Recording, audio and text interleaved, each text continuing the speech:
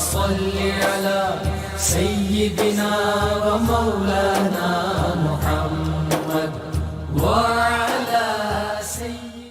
ناظرین و سامعین، اس دوران ہمیں جوائن کیا ہے ندیم صاحب نے. یہ کہتے ہیں السلام علیکم لقمان بھائی. جی وعلیکم السلام. کہتے ہیں آپ کا پروگرام بہت اچھا ہے، اللہ پاک آپ کو جزائے خیر عطا فرمائے، آمین. جی شکریہ آپ کا.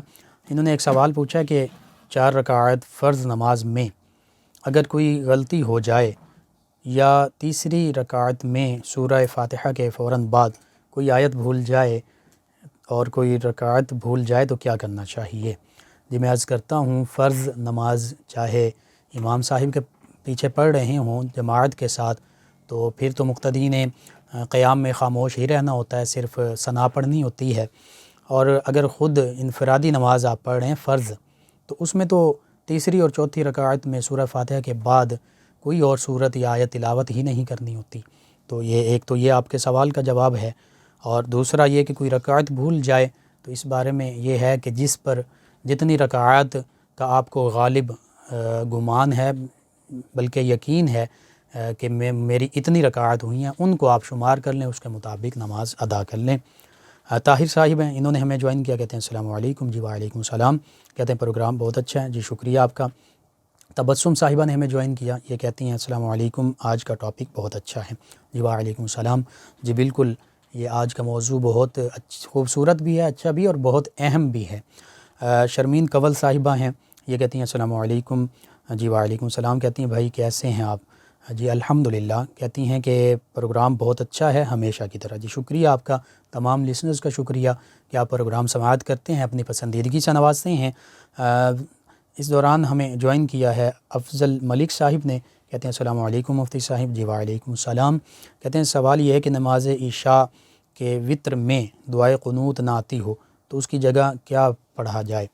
جس میں عرض کرتا ہوں دعائے قنوت پڑھنی چاہیے، لیکن اگر دعائے قنوت یاد نہیں تو جب تک یہ یاد نہیں ہوتی اس کو یاد کیجئے.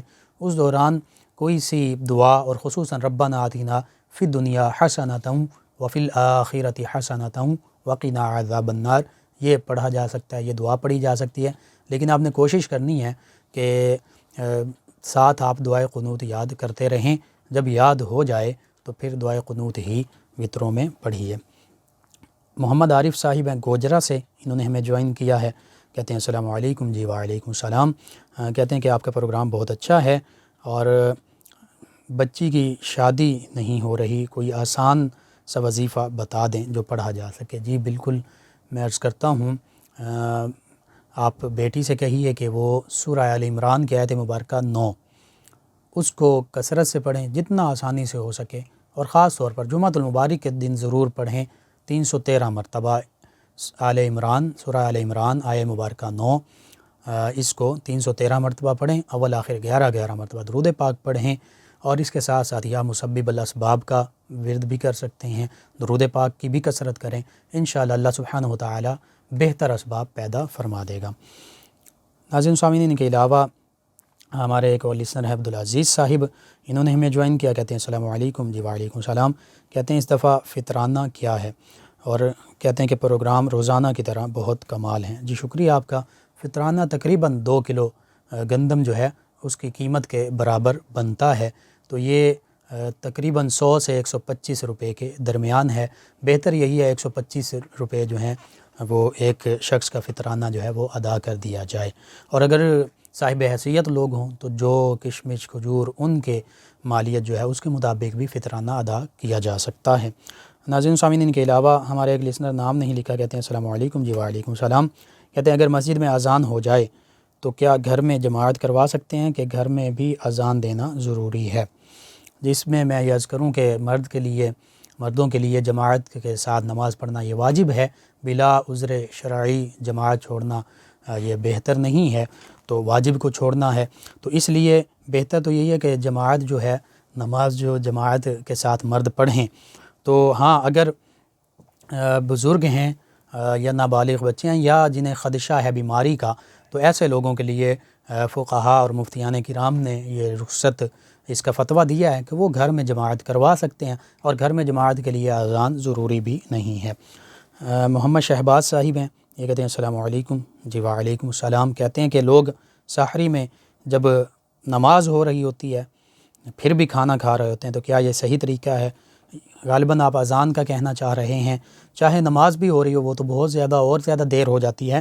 اگر اذان بھی ہو رہی ہو، میں عرض کرتا ہوں کہ سحری کا وقت جو ہے وہ اذان سے پہلے پہلے ہے، یعنی اذان شروع ہو گئی، اگر وقت پر اذان دی گئی ہے، جیسے ہی سحری کا وقت ختم ہوا اور اذان دینا شروع کر دی، تو پھر اس کا مطلب یہ ہے کہ آپ کا سحری کا وقت ختم ہو گیا. اور وقت سے پہلے اذان ہی نہیں ہوتی، وقت سے پہلے اذان نہیں دی جا سکتی. 3 صورتیں ہیں. وقت سے پہلے اذان دی تو وہ اذان ہی نہیں ہوئی، پھر دوبارہ اذان دینی پڑے گی. تو وقت سے پہلے کوئی بھی عام اذان نہیں دیتا. دوسری صورت وقت پر ہی اذان ہوئی، تو اب وقت پر جب اذان ہوئی اور اذان ہو رہی ہے، شروع ہی ہوئی ہے، تو سحری کا وقت ختم ہو گیا، کیونکہ فجر کا وقت داخل ہوا ہے تو فجر کی اذان ہوئی ہے. تو اس لیے اذان کے دوران کھانا کھانے سے وہ روزہ ہی نہیں ہوتا، ہم روزہ ضائع کر بیٹھتے ہیں. وہ اگلا دن شروع ہو گیا، فجر کا وقت شروع ہو گیا. اور تیسرا، اذان لیٹ ہو سکتی ہے بعض اوقات، 1 منٹ 2 منٹ 5 منٹ، تو پھر اذان کی جانب بھی نہیں دیکھنا کہ اذان ہوگی تو اس وقت تک کھاتے رہیں، بلکہ کیلنڈرز اب عام دستیاب ہیں، اس میں سحری کا وقت لکھا ہوا ہے، اس کے مطابق آپ سحری کیجئے.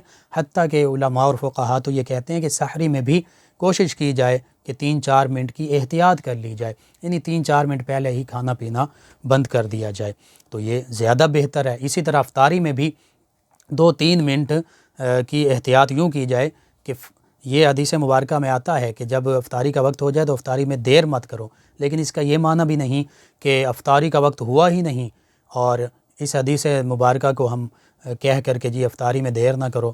تو افطاری کا وقت ہونے پر دیر نہیں کرنی، جب ہو گیا ہے تو پھر دیر نہیں کرنی، لیکن وقت ہی نہیں ہوتا، بعض اوقات پہلے ہی افطار کر لیتے ہیں، تو افطاری میں بھی 2-3 منٹ کی احتیاط کر لینا یہ بہتر ہے کہ پورا دن روزہ رکھا لیکن صرف 2-3 منٹ کی احتیاط نہ کرنے کی وجہ سے، وہ جلدی افطاری کرنے کی وجہ سے وقت ہی نہیں ہوا تو اپنا روزہ ہی ضائع کر بیٹھے. تو ان دونوں چیزوں سے کوشش کرنی ہے، ہم نے بچنا ہے. حافظ صفدر علی صاحب نے بھی ہمیں جوائن کیا، ابرار صاحب نے جوائن کیا، خواب بیان کیا. جی انشاءاللہ آپ کے لیے مبارک ہوگا خواب، کوئی گھبرانے کی ضرورت نہیں. بحیثیت مسلمان اور خصوصاً رمضان المبارک کا مہینہ ہے، شہر مواسات ہے، تو آپ اس میں صدقہ اور خیرات بھی کیجیے، اللہ کے راستے میں حسب توفیق خرچ بھی کیجیے اور عبادات بھی سر انجام دیجیے، عبادات بھی بجا لائیے، حقوق العباد بھی پورے کیجیے، انشاءاللہ اللہ تعالی بہتری فرما دے گا. ناظرین و سامعین، آپ کے جو سوالات کے جوابات عرض کیے جاتے ہیں، جو وظائف آپ کو بتائے جاتے ہیں، آپ ہمارے یوٹیوب چینل یاد الہی یعنی YAAD_E_ILAHI یوٹیوب چینل یاد الہی سے ڈاؤن لوڈ کر کے ان کو دیکھ سکتے ہیں، سن سکتے ہیں، رہنمائی حاصل کر سکتے ہیں. اس کے لیے ہمارے یوٹیوب چینل یاد الہی کو سبسکرائب بھی کیجیے، لائک بھی کیجیے، کمنٹس بھی کیجیے. ناظرین و سامعین، اس دوران ہمیں جوائن کیا ہے افتخار ڈوگر صاحب ہیں، غلام رسول صاحب ہیں، غلام حسین صاحب ہیں، احمد صاحب ہیں، فاطمہ صاحبہ، زینب صاحبہ، چیک نمبر 208 سے. کہتے ہیں آپ کا پروگرام بہت اچھا ہے. جی شکریہ آپ کا، آپ ہمارے ریگولر لسنرز میں شامل ہیں. ناصر صاحب ہیں، کہتے ہیں السلام علیکم. جی وعلیکم السلام. کہتے ہیں لقمان بھائی آپ کے اس پروگرام سے بہت کچھ سیکھنے کو ملتا ہے، اللہ آپ کو بہت خوشیاں دے. جی آمین. اللہ سبحانہ و تعالی آپ کو بھی تمام مسلمانوں کو خوشیاں عطا فرمائے. کہتے ہیں کہ پوچھنا یہ تھا کہ مجھے خواب میں جو لوگ میرے دشمن ہیں میں ان سے خوش اخلاقی سے مل رہا ہوں، اس کے بارے میں بتا دیں. جی اچھا خواب ہے. نبی کریم صلی اللہ علیہ وآلہ وسلم بھی اپنے جانی دشمنوں سے خوش اخلاقی سے ملتے، حتیٰ کہ ان کے لیے دعائے رحمت فرمایا کرتے کہ ان کو اے اللہ ہدایت عطا فرما دے، یا ان کی آنے والی نسلیں جو ہیں وہ اسلام پر کاربند ہوں، اسلام ان کا نصیب بن جائے. تو ٹھیک ہے، بہتر خواب ہے. اللہ تعالیٰ آپ کے دشمنوں کو آپ کا دوست بنا دے، آپ کو ان کا دوست بنا دے، صلح کروا دے آپ کے درمیان میں. ان کے علاوہ ہمارے لسنر نے نام نہیں لکھا. کہتے ہیں السلام علیکم ورحمۃ اللہ وبرکاتہ. جی وعلیکم السلام ورحمۃ اللہ وبرکاتہ. کہتے ہیں سر مجھے غصہ بہت زیادہ آتا ہے، اسے کم کرنے کے لیے کچھ بتا دیں. جی ایک تو درود پاک کی کثرت کریں، غصہ کم ہو جائے گا. دوسرا سورہ آل عمران کی آیت مبارکہ 134 الذین ینفقون فی السراء والضراء والکاظمین الغیظ والعافین عن الناس واللہ یحب المحسنین، اس کو کثرت سے پڑھیں، کم از کم 41 مرتبہ روزانہ پڑھیں، اپنے اوپر دم کر لیں، اور سحری افطاری کے ٹائم پانی وغیرہ پہ بھی دم کر کے وہ بھی پی سکتے ہیں، اللہ سبحانہ و تعالیٰ بہتری فرمائے گا۔ تبسم صاحبہ نے فطرانہ کے بارے میں پوچھا ہے کہ یہ کس کس کو دینا واجب ہے اور کتنا بنتا ہے۔ میں نے عرض کیا 2 کلو جو گندم ہے اس کے برابر بنتا ہے، اس کی رقم کے برابر، تقریباً 125 روپے مفتیان کرام نے مقرر کیے ہیں اس سال کے لیے، اس ماہ رمضان المبارک کے لیے۔ اور کس کس کو دینا واجب ہے؟ جس کو زکوٰۃ دے سکتے ہیں اس کو صدقہ فطر دے سکتے ہیں، یعنی جو زکوٰۃ کے مستحق ہیں وہ صدقہ فطر کے بھی مستحق ہیں۔ ان کے علاوہ ہمارے لسنر ہیں، یہ کہتے ہیں اگر کسی کو قرض دیا ہو تو اس پر زکوٰۃ ہوگی؟ جی، جب سال پورا ہو گیا اس دن اگر 52.5 تولے چاندی کے برابر رقم موجود ہے، یا سونا، چاندی، رقم، مال تجارت، یہ چیزیں جو ہیں یہ ملا کر 52.5 تولے چاندی کی رقم کے برابر ہو جائیں، وہ تقریباً 45 سے 46 ہزار روپے بنتے ہیں، تو پھر زکوٰۃ واجب ہوگی۔ اور اگر اس سے کم ہے، یعنی صاحب نصاب ہی نہیں ہے، تو پھر زکوٰۃ واجب نہیں ہوگی۔ ناظرین و سامعین، کے علاوہ ہمیں جوائن کیا حسن صاحب نے، کہتے ہیں السلام علیکم لقمان بھائی۔ جی وعلیکم السلام۔ کہتے ہیں کہ ماشاءاللہ پروگرام بہت پیارا ہے، جی شکریہ آپ کا۔ اور انہوں نے کہا کہ مفتی صاحب دنیا میں جو حالات چل رہے ہیں تو کیا ہم امام مہدی علیہ السلام کے ظہور کی طرف جا رہے ہیں، یعنی ان کی ولادت باسعادت ہونے والی ہے اور پھر وہ ظاہر بھی ہوں گے؟ تو جی میں یہ عرض کرتا ہوں، اس پر ایک پروگرام میں مکمل گفتگو بھی ہوئی تھی۔ قرب قیامت کے قریب جو نشانیاں ہیں، قرب قیامت کی جو علامات ہیں، ان میں سے ایک علامت یہ ہے سیدنا امام مہدی علیہ السلام ان کی ولادت باسعادت ہوگی، اور پھر وہ مدینہ طیبہ سے مکہ المکرمہ تشریف لے جائیں گے۔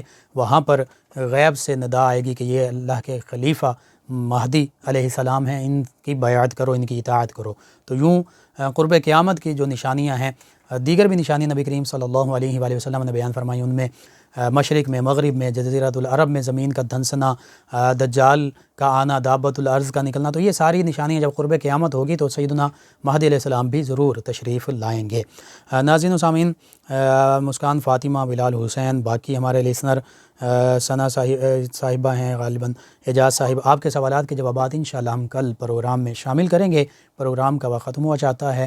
اللهم صل على سيدنا ومولانا